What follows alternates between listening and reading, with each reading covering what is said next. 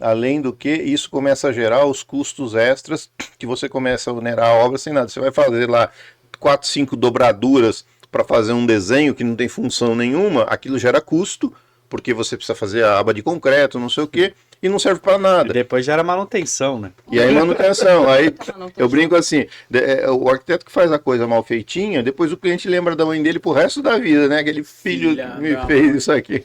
É, o bom é aquele cara que, não, que pensa no futuro, né? Por Exatamente. exemplo, São José dos Campos tem um cara que a gente conheceu muito, que é o Fischer. Todas as casas que a gente via dele, o telhado era Conheço igual. isso. Uhum. Então, assim, só que cada casa era diferente da outra. Só que a marca dele era o telhado. Isso. Todo mundo conhecia a casa do cara assim, né? Que ele construía pelo telhado. Então, cada um deixa a tua marca. Tem uns que deixam na entrada, que nem o pórtico, né? Quando veio para o Brasil, todo mundo começou a pôr pórtico nas casas, né? A entrada tem um pórtico, era em cima tinha um. Agora virou tendência. É. Tendência. Pórtico em todo lado. Aí é o que eu falo assim, às vezes a arquitetura vira uma instalação, você não sabe nem definir o que é. Nem precisa É daquilo, né? um objeto. Tem arquitetura que a gente chama que alguns arquitetos, por exemplo, tem arquitetura que ela valoriza a forma. Sim. Então, o Guima acabou de citar o Álvaro Cisa. Siza. Uhum. Ele valoriza a forma. Então, ele neutraliza a cor. As casas dele são sempre brancas. É só A construção branco. dele é branca. Só que ele valoriza a forma. Legal. Ele tem uma casa em Ponte de Lima, né? Ah, não, esse é do Não, é Souto. o do Sotomayor. Souto Moura. Não, Uhum. Souto Moura, desculpa. O Álvaro Siza, então, a história da forma é o seguinte, ele neutraliza a cor e ele faz formas completamente inusitadas. Ele usa o elemento, o concreto, ao extremo da forma dele. Então, parecem origamis gigantes, assim, mais ou menos, tá? Aqui no Brasil tem uma obra interessante dele em Porto Alegre, que é a Fundação Iberê Camargo, que é de concreto branco.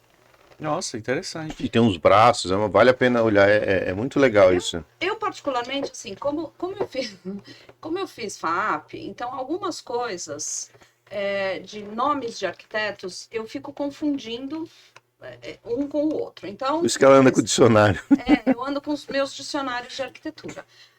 Claro, os mais conhecidos todo mundo conhece, Sim. tá tudo ótimo. E eu não acho que isso seja um grande problema. De forma nenhuma. Então, assim, tem os arquitetos, a gente estava estudando esses dias aplicação de cor na fachada, porque a gente acabou de falar de preto e branco. Luiz Barragan. Então, Luiz Barragan é um arquiteto que ele simplifica ao extremo a arquitetura dele, são formas extremamente simples. Se você não tivesse cor na fachada, você não teria absolutamente nada. Mas um ambiente super simples, de 4 paredes, com uma porta, uma janela ou 3 janelas, cada parede é de uma cor, você tem sensações completamente diferentes no ambiente. Legal. Então, ele estimula o usuário e quem está ali dentro pela cor.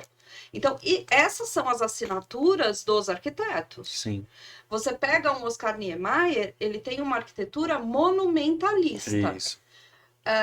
Eu, particularmente, não gosto, não me sinto bem dentro de uma arquitetura monumentalista. Eu sou pequena, dentro de uma arquitetura muito grande, eu me sinto Entendi, uma formiga. uma formiga.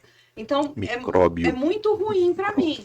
Só que, ao mesmo tempo, a grandiosidade dele em idos de 1950, Sim. ele saber o material que ele está usando, e ele pega um pilar do Palácio da Alvorada, e ele tem a forma que ele tem, porque ele estressou o material ao extremo. Isso é uma questão de uma época em que a arquitetura é mais engenharia do que arquitetura, Sim. e ele vai no limite do material. Então, aquela forma do pilar, ela não é simplesmente estética, ela é uma forma técnica. Sim. Então, ele até faz aquilo. porque aí vem com aquela base que você falou que antigamente a arquitetura era exatas. Aliás, isso é uma coisa que Hoje é mais humana. que eu bato muito para os meus alunos, converso com clientes, a gente discute isso muito, porque o que acontece? A arquitetura brasileira é uma arquitetura respeitada mundialmente. Né? Você tinha os grandes arquitetos mundiais, Le Corbusier vinha para o Brasil, eles vinham estudar arquitetura, os arquitetos eram reconhecidos, você tem obras de arquitetos pelo mundo todo. O que acontece? E você vem num crescente ali na década de 30, 40, 50 do modernismo, aí você tem a escola modernista do Rio de Janeiro, a escola brutalista de São Paulo, então havia uma criatividade latente. Você pode ou não gostar de determinada casa, determinado estilo do arquiteto, mas você via que o cara tinha uma relação com a materialidade, ele procurava explorar aquilo ao máximo. Né? Então isso foi perdendo, e com isso a arquitetura brasileira vai perdendo a importância mundial. Porque o cara fez lá nos Estados Unidos, o cliente traz, você faz. Eu fiz aqui, o outro copia ali e vira uma arquitetura copista. Então a gente hoje vive num hiato, né? Porque quando você começa a sair, porque como todo movimento artístico, a arquitetura também tem fases, né? E aí quando você sai do brutalismo paulista, do modernismo carioca, fluminense, você vai indo para como é que era aquele troço chamado pós-moderno, que começa a ser um requentado de tudo, e daquilo se perde. Então hoje a gente viu um momento em que você vê alguns arquitetos realmente testando, né, que pode criar uma nova escola aí, mas a maioria tá no copismo, né?